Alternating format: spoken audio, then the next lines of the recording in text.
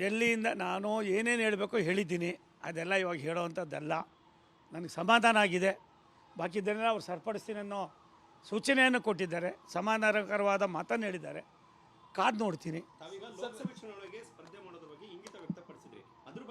ನಾನು ಸ್ಪರ್ಧೆ ಮಾಡ್ತೀನಿ ಅಂತ ಎಲ್ಲೂ ಹೇಳಿಲ್ಲ, ತಮಗೂ ಗೊತ್ತಿದೆ. ನಾನು ಕೇಳಿದ್ದು ರಾಜ್ಯಸಭಾ ಕೊಡಿ ಅಂತ ವಿನಂತಿ ಮಾಡಿದ್ದೀನಿ. ತೀರ್ಮಾನ ವರಿಷ್ಠ ಬಿಟ್ಟಿದ್ದು. ಚುನಾವಣೆಯಿಂದ ವಿಮುಖ ಆಗ್ತಾ ಅನ್ನೋದಕ್ಕಿಂತ ಹೆಚ್ಚಾಗಿ ನನಗಿನ್ನ ಒಳ್ಳೆ ಪಕ್ಷದ ಮುಖಂಡರು ನಾಯಕರುಗಳಿದ್ದಾರೆ. ಅವ್ರಿಗೆ ಅವಕಾಶಗಳು ಸಿಗಲಿ ಅನ್ನೋ ದೃಷ್ಟಿಯಿಂದ ನಾನು ಅದನ್ನು ಮಾತಾಡ್ತೀನಿ.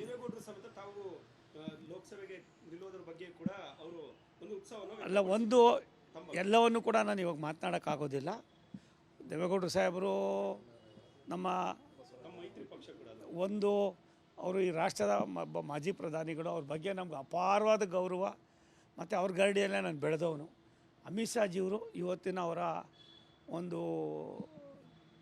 ನನ್ನ ಬಗ್ಗೆ ನಡ್ಕೊಂಡಂಥ ರೀತಿ ನನಗೆ ತೃಪ್ತಿ ತಂದಿದೆ, ಸಮಾಧಾನ ತಂದಿದೆ.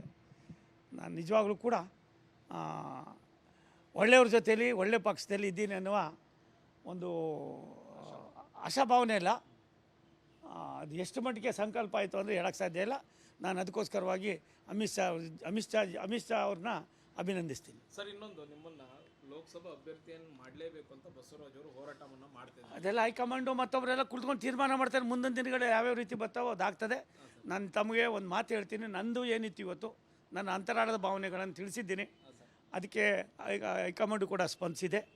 ಅಮಿತ್ ಶಾಜಿಯವರು ಅವತ್ತು ನಮ್ಮ ಮನೆಗೆ ಬಂದು ನನಗೇನು ಅವ್ರು ಇದಾಯಿತೋ ಅದಕ್ಕೆ ಅವ್ರು ನಡ್ಕೊಂಡಂಥ ರೀತಿ ಏನಿದೆ ಇವತ್ತು ನನಗಿವತ್ತು ತುಂಬ ಸಂತೋಷ ಕೊಟ್ಟಿದೆ. ಆ ಥರ ಏನಿಲ್ಲ. ನಾನು ಕೇಳಿದ್ದೀನಿ. ಅದಾದಮೇಲೆ ಅವ್ರು ಯಾವ ರೀತಿ ತೀರ್ಮಾನ ಮಾಡ್ತಾರೋ ಅದಕ್ಕೆ ನಾನು ಬದ್ಧರಾಗಿರ್ತೀನಿ. Thank you. ಅನುಕ್ಷಣದ ಸುದ್ದಿಗಳಿಗಾಗಿ Vistara news YouTube channel subscribe ಮಾಡಿ. ಹೊಸ ಸುದ್ದಿಗಳ ನೋಟಿಫಿಕೇಶನ್ಗಾಗಿ ಬೆಲ್ ಐಕಾನ್ ಕ್ಲಿಕ್ ಮಾಡಿ. ಲೇಟೆಸ್ಟ್ ಅಪ್ಡೇಟ್ಸ್ಗಾಗಿ www.vistaranews.com ವೆಬ್ಸೈಟ್ಗೆ ವಿಸಿಟ್ ಮಾಡಿ. ಅಂಗೈಯಲ್ಲೇ ಜಗತ್ತಿನ ಸುದ್ದಿ ತಿಳಿಯಲು Vistara news Kannada app download ಮಾಡಿ.